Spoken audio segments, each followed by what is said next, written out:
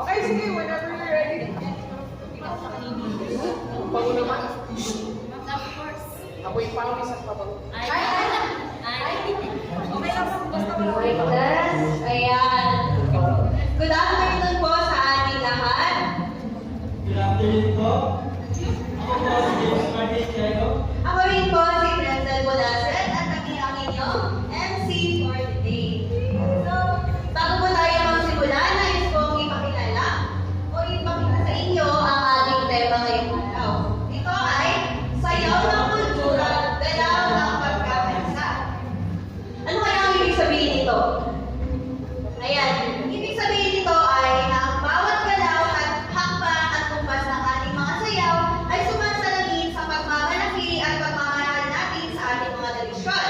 Higit pa sa pagiging isang pagsusulit ito. Ito rin ay isang paraan upang alalahanin at pahalagahan ang mga kwento at kasaysayan na nakapaloob sa bawat itak ng mga folk dance na ating itatakbo. Ngayon, bago tayo mag-proceed sa susunod, maaari ko bang tawagin si Sir Ezekiel Pedro para sa ating opening prayer. So, check. Tayo ay manalangin sa araw na ito. Ama namin na nasa langit, kami iyong bigyang gabay sa aming munting patimpalat ng sayaw na siyang magaganap ngayong araw na ito.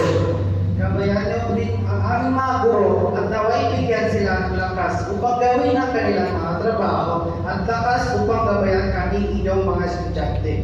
Bigyan niyo rin kami ng lakas upang mapagtugumpayan namin ang aming examination sa oras na ito. Gabayan niyo po rin kami mamaya sa aming pag-uwi na magligtas at mag-iwasay. Ito naman ang aming hinihingi sa mga ng Ama, ng Anak, at ng Espiritu Santo. Amen. Ayan, nais ko rin pong tawagin si Miss Jessica Torquato para sa ating opening and welcoming remarks.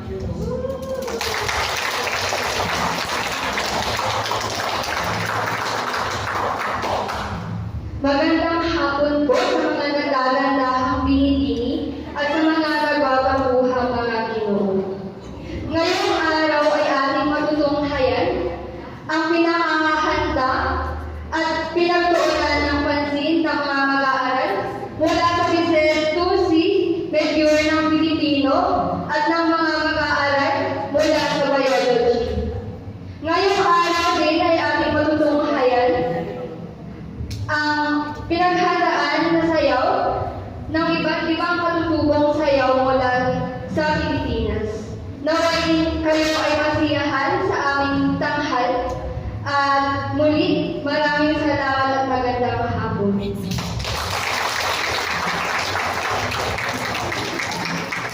Kaya sa ating mga kaya kay ma'am, sa ating guro, bago mag-aaral at palawin, huwag maging inspirasyon sa ating lahat ang palabas na ito.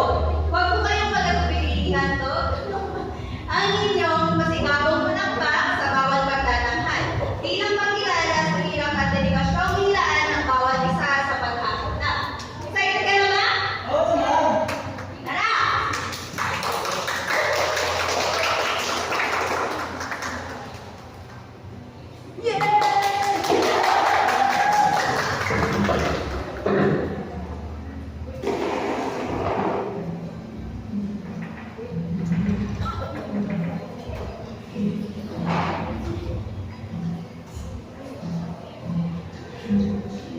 Hoy, James! Parang ang lalim ang iniisip mo. May problema ka ba? Hi, wala naman trend. Naisip ko lang na makaraming magaganda at makukulay pa ng mga kultura dito sa Pilipinas. Pero hindi ko alam paano natin napapanatili ang mga tradisyon natin. Tama ka dyan, James. Alam mo ba na isa sa pinakamabisang paraan para mas makita ang yaman ng ating kultura ay tungkol sa folk dance. Dito sa folk dance natin makikita na mayaman nga ang kultura ng Pilipinas. Handa ka na bang ipakita ko sa iyo ang iba't ibang mga tradisyon o folk dance dito sa Pilipinas? Talaga ba? Sige, excited na ako! Ang una kong ipapakita sa iyo ay ang Itos. Ito ay isang sayaw na mula sa Leyte. Karaniwan itong sinasayaw ng mga magsasaka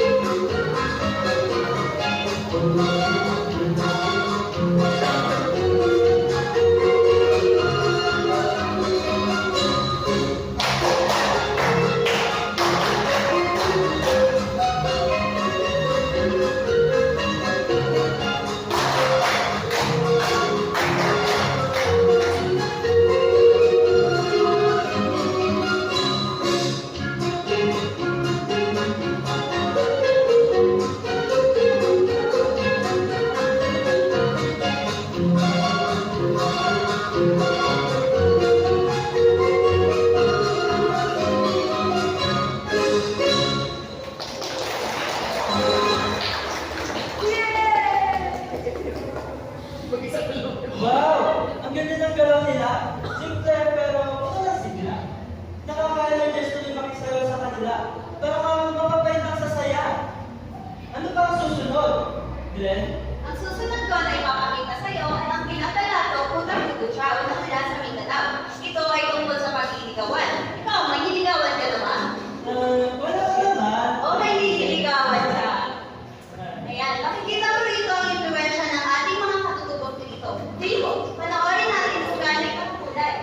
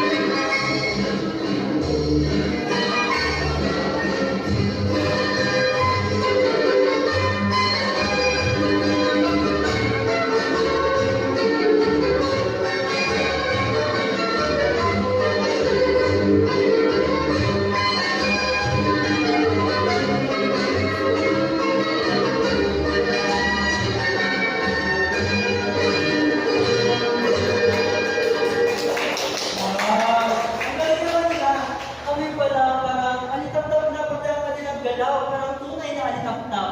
Masaya ka ba sa mga natunghayan mo ngayon, James? Oo naman, Dred. Ang dami ko tuloy natutunan. Grabe. Kahit sa sayaw pa lang, matututunan mo na ang kultura ng Pilipinas ay sobrang mahulay at magaganda. Tama ka dyan. Ngayon naman, ipapakilala ko sa iyo ang pinakapopular na sayaw.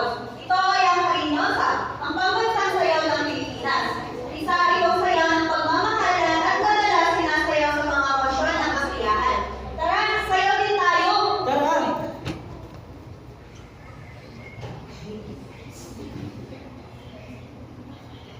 Last dance, we all did.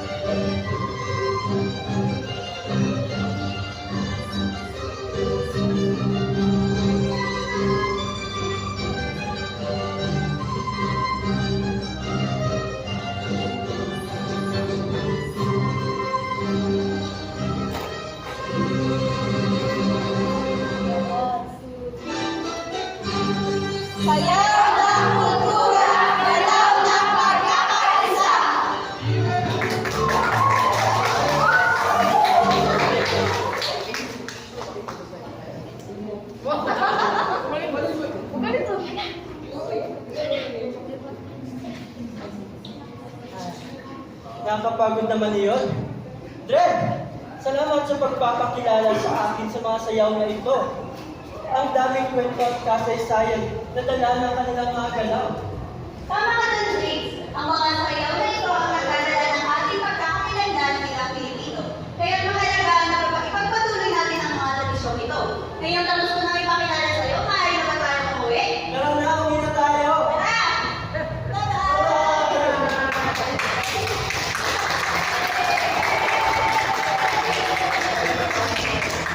Ayan. Nasayahan mo ba kayo, Mau?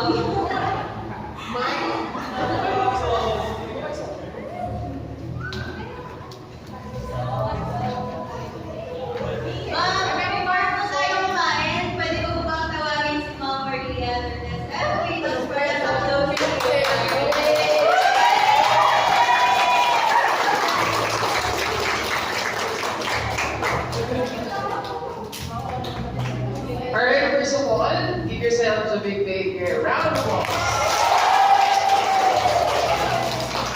Sige, short, quick review or like comments. Kailangan nyo ba? I really do appreciate kasi Ma'am Sherman. Si Ma'am Sherman pala, kasama natin. Papi 3 pa ka siya, papi 4, di ba? I gave them a little control lang. Pero bahala na sila sa kung ano ba lang tinagawin sa aking exam. Kaya kung may concern, kasi sabi din si Donna sa akin, pero I gave them the freedom to do the things na ano gusto nila. Kaya nagulat ako sa pabanderitas, pa-background, and all. I really do appreciate the small efforts. And that's really, really good. And even the cortina, di ba? Hindi, nakakaaliw. And then, of course, I was just expecting na you just dance all. And then sabi ko lang kay Donna na ready lang kayo ng konting program in case. Then, ginawa niya naman pala the storyline. I really do appreciate the storyline and even the small background of the song and the dance. And pwede na talaga siyang pang-show sa mga, siguro kung gusto niyo mag-show sa mga bata, pwede niyo lang gawin yan. Sa elementary school, di ba? Pag may bisita kayo doon, prepare na kayo. Also,